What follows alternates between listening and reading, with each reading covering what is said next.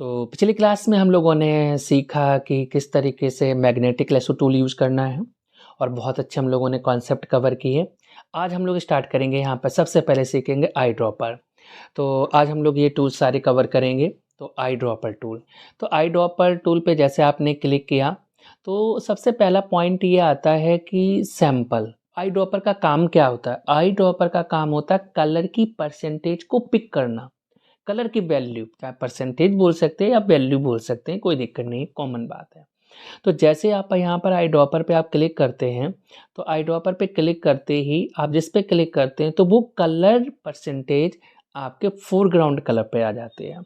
तो यहाँ पे जैसे क्लिक करेंगे तो इन्होंने हमें सबसे पहला पॉइंट दे रखा सैंपल साइज। सैंपल साइज में यहाँ पर क्या होता है, जैसे लिखा पॉइंट सैंपल। पॉइंट सैंपल का मतलब होता है कि जिस पॉइंट या पिक्सल पे क्लिक करोगे उसी की कलर की इंफॉर्मेशन पिक कर लेना।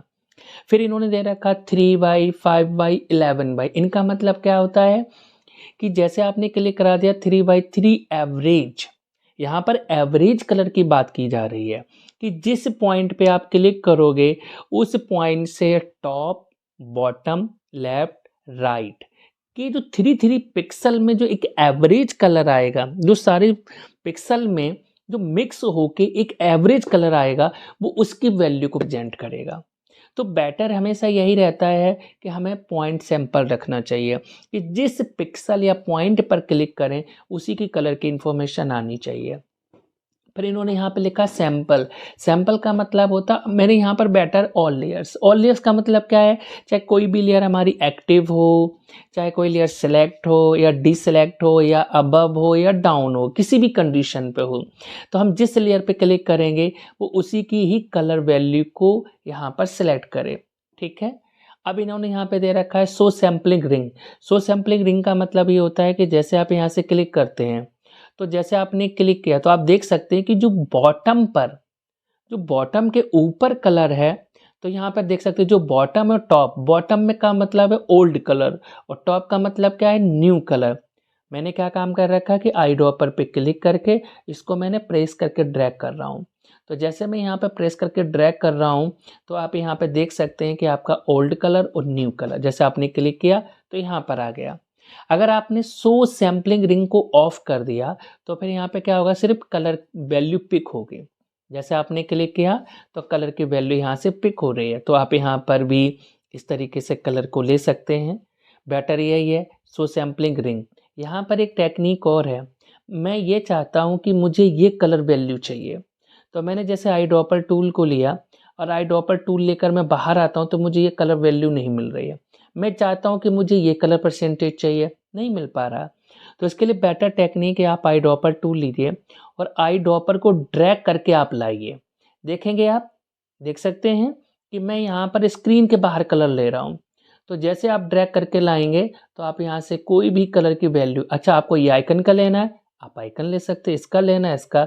तो वैसे अगर आप, मैं अगर यहाँ पर आई ड्रॉपर टूल ले रहा हूँ, ध्यान से देखेंगे आप लोग, मैं आई ड्रॉपर टूल ले रहा हूँ, अगर मैं बाहर आ रहा हूँ तो मुझे यहाँ पर सिर्फ कर्सर डिस्प्ले हो रहा है। अगर मैं यहाँ पर आई ड्रॉपर टूल को क्लिक करके लेफ्ट माउस से मैं ड्रैग करके ला रहा हूँ तो मैं किसी भी कलर की वैल्यू को आप यहाँ से पिक कर सकते हैं। तो देखिए कितनी बेटर टेक्निक आपके साथ डिस्कस की जा रही है कि हम कहीं से भी अदर कलर की भी वैल्यू को पिक कर सकते हैं। तो आप इस तरीके से सेलेक्ट करके आप यहाँ से कलर ले सकते हैं। तो आई ड्रॉपर का काम होता है कलर की वैल्यू को सेलेक्ट करना। फिर आप कुछ भी कर सकते हैं, न्यू लेयर लेकर आप कलर फिल करना चाहें तो कलर भी डाल सकते हैं, वो अपनी एक पर्सनल रिक्वायरमेंट होती है।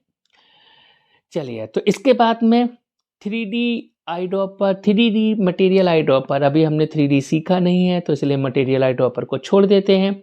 अब हम यहाँ पे बात करते हैं colour sampler tool. Colour sample का मतलब क्या होता है, मुझे यहाँ की कलर वैल्यू देखनी है तो उसने बताया जहाँ पर आपने फर्स्ट क्लिक किया तो फर्स्ट जगह की RGB वैल्यू क्या है आपको। अच्छा यहाँ की परसेंटेज देखनी, यहाँ की देखनी, यहाँ पर, यहाँ पर, यहाँ पर, यहाँ पर, यहाँ पर आप क्लिक करते जाइए। तो पहले जो लो वर्जन थे उनमें सिर्फ हम 4 ही कलर वैल्यू ले सकते थे, लेकिन जो अपडेटेड वर्जन है उनमें आप 10 वैल्यू एक साथ में ले सकते हो। तो वो बता रहा है कि फर्स्ट जगह की RGB वैल्यू क्या है, सेकंड की क्या है। मुझे RGB नहीं देखना है, मुझे CM/K देखना है, तो आप क्या करेंगे, आइडो अपर के पास यहाँ पर वैल्यू है, आप क्लिक करेंगे। आप किसी में कन्वर्ट कर सकते हैं, आप वेब कलर देख सकते हैं, RGB, ग्रे स्केल, CM/K। तो देखिए वही वैल्यू आपको CM/K परसेंटेज में डिस्प्ले हो गई है। तो आप अपनी रिक्वायरमेंट के अकॉर्डिंग जो भी वैल्यू देखना वो देख सकते हैं। सेकंड पॉइंट, ये जो पॉइंट आपने डिस्प्ले किए हैं ये नॉन प्रिंटेबल है, प्रिंटर इनको कभी भी सपोर्ट ही नहीं करता है। गलती से अगर ये कभी छूट भी जाते हैं तो कोई प्रॉब्लम नहीं है, तो प्रिंटर इनको सपोर्ट नहीं करेगा।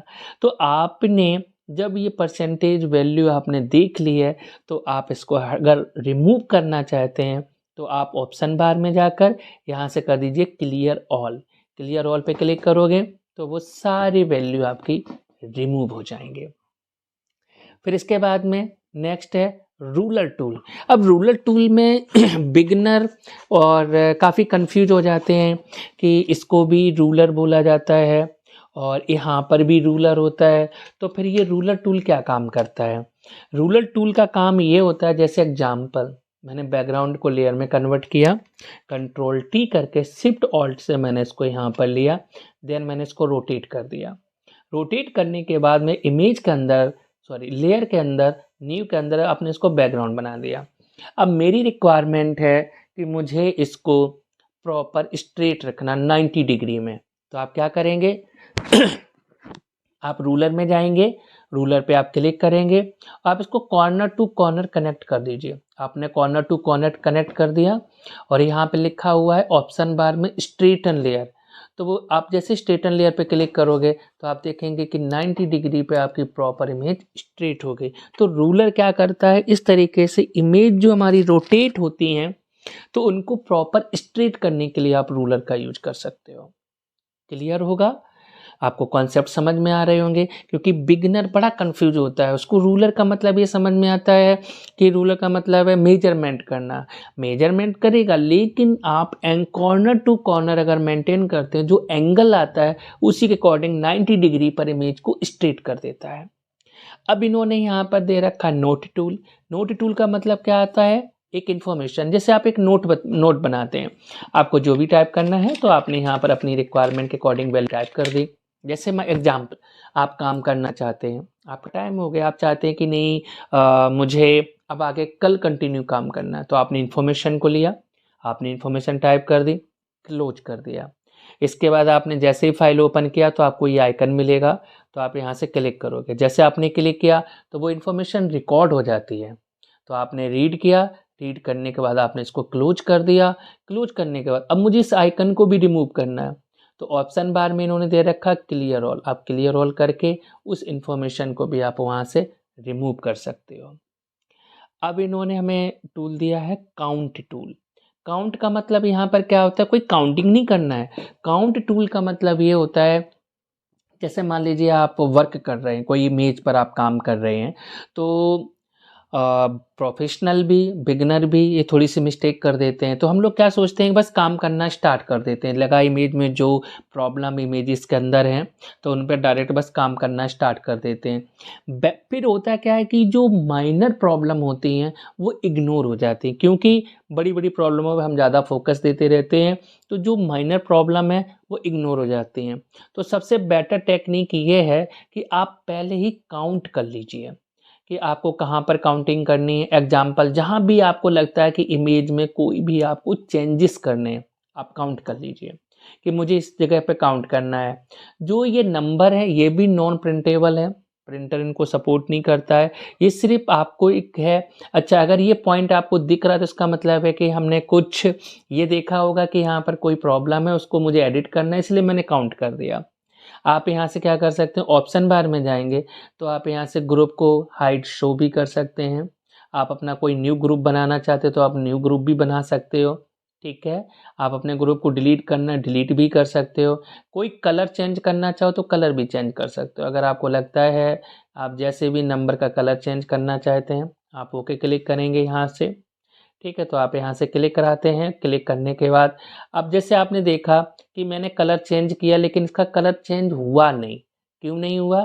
क्योंकि ग्रुप ये हमारे वन में है, वन के अंदर रखा हुआ है और हमने ग्रुप बना लिया टू। तो आपको ग्रुप बंद करना है। बंद करने के बाद जैसे आप कलर चेंज करेंगे सारे कलर ऑटोमेटिक चेंज हो जाएंगे। तो आपको ये चीज़ ध्यान रखनी पड़ेगी कि आप किस ग्रुप के अंदर काम कर रहे हैं।